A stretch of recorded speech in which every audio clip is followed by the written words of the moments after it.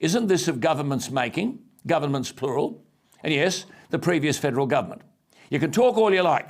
The energy policy of politicians on both sides is about getting hairs on their chest. We will transition from fossil fuels to renewables, and we'll give billions of dollars to the renewable industry to make it happen. So, if you're a board member of an outfit that owns a coal-fired power station, would you put your hand up to open another coal-fired power station, or to update maintenance, or to revamp your existing ageing coal-powered infrastructure? Why would a corporate owner with half a brain commit capital to the upkeep of a coal-fired power station when government is mouthing renewable energy production, which never materialises adequately? But government's prepared to subsidise this renewable stuff, reportedly to the tune of almost $3 billion a year up to 2030. Now, I've said many times that energy policy can be summed up in one sentence. Here it is. Energy must be available, reliable and affordable. Renewable energy is none of these. Energy costs will skyrocket because price is a barometer of supply.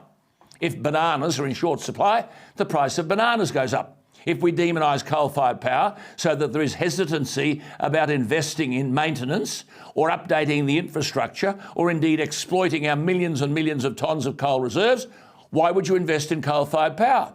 If government is telling you that you're going to be punted and they're pouring billions of dollars into the other side. So when the coal-fired power station breaks down or isn't maintained or updated, the electricity supply reduces. The price goes up. What about the gas producer? Why don't we go gas? We've stacks of it. If there's a shortfall in coal or coal-fired energy, why can't gas pick up the tab? Well, I'll tell you why.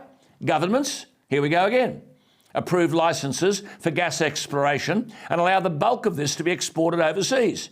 You can't blame the producer who wants to sell his gas on the international spot market at exorbitant prices. But government have allowed this to happen.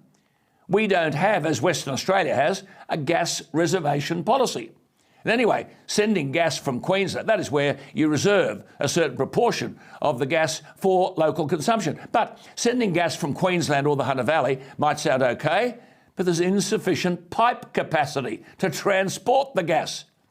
I'm glad to report that I've read someone today who echoes the comments I've been making for years, and which Matt Canavan made again on this program only this week. Elizabeth Knight writes today in the Sydney Morning Herald, amongst other things, what the crisis is teaching us, that's the energy crisis, is that a relentless and uncoordinated transition to renewable energy is dangerous, unquote. And Elizabeth, you are right.